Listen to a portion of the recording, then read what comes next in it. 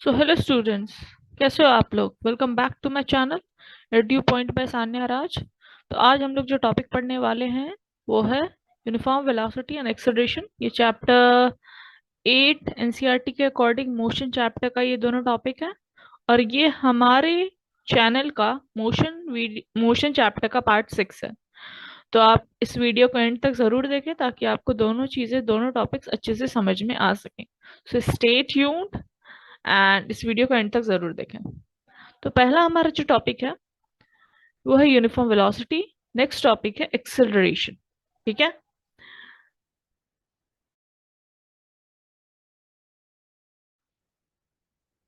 तो uniform velocity का मतलब क्या होता है।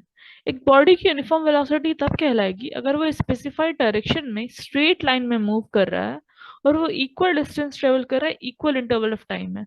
आप बोलोगे मैम इसका मतलब क्या होता है।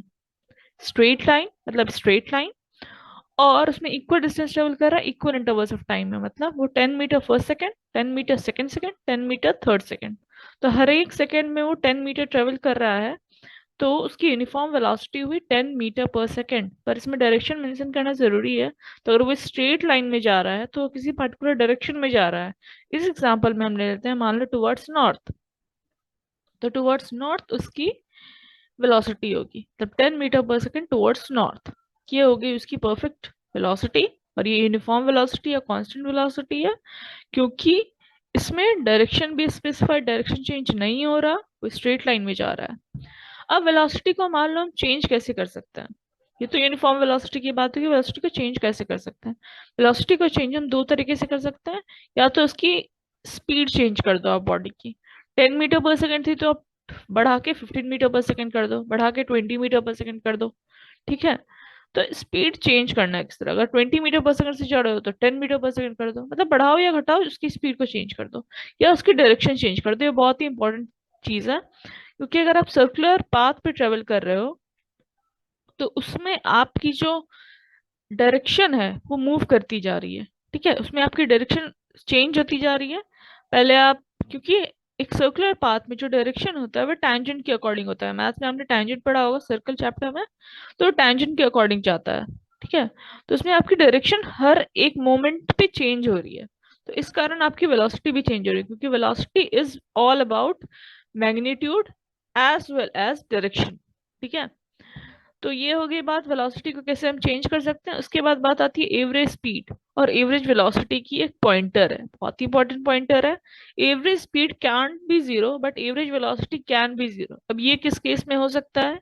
एवरेज स्पीड तभी कभी भी जीरो नहीं हो सकता बट एवरेज वेलोसिटी जीरो हो सकती है क्योंकि हमने पहले भी पढ़ रखा है डिस्प्लेसमेंट जीरो हो सकता है एक मूविंग बॉडी का, क्योंकि अगर वो स्ट्रेट लाइन में जाके वापस आ जाता है या कोई भी इनिशियल पॉइंट से शुरू करके वापस मूव करके इनिशियली पॉइंट पे आ जाता है तो उसकी डिस्प्लेसमेंट जीरो, मतलब velocity zero. Total distance travelled, total displacement zero. लेकिन एवरेज स्पीड में नहीं होगा ऐसा मूविंग बॉडी का क्योंकि कभी भी वो एक्चुअल पाथ जो कवर हुआ अगर वो इनिशियल पॉइंट पे भी घूम के आता है तो कुछ एक्चुअल डिस्टेंस उसने ट्रेवल किया। तो ये बात होगी यूनिफॉर्म वेलोसिटी की। हमारा नेक्स्ट टॉपिक है एक्सेलरेशन। एक्सेलरेशन हम किसे कहते हैं, rate of change of its velocity with time. ठीक है। और इसका जो यूनिट होता है मीटर पर सेकेंड स्क्वायर होता है, स्टैंडर्ड यूनिट। ये मैंने पहले बता दिया क्योंकि इसका काफी काम आएगा अभी इस फॉर्मूला में। ठीक है। अगर आपकी वेलोसिटी चेंज हो रही है पर यूनिट टाइम में, ठीक है। अब चेंज इन वेलोसिटी आप किसे कहोगे। मान लो आपकी पहली वेलोसिटी थी 10 मीटर पर सेकंड, बाद में हो गई 15 मीटर पर सेकंड। ठीक है। 15 मीटर से बढ़ के फिर 20 मीटर पर सेकंड। तो आपकी हर सेकंड, ठीक है, पर सेकंड आपकी वेलोसिटी चेंज हो रही है।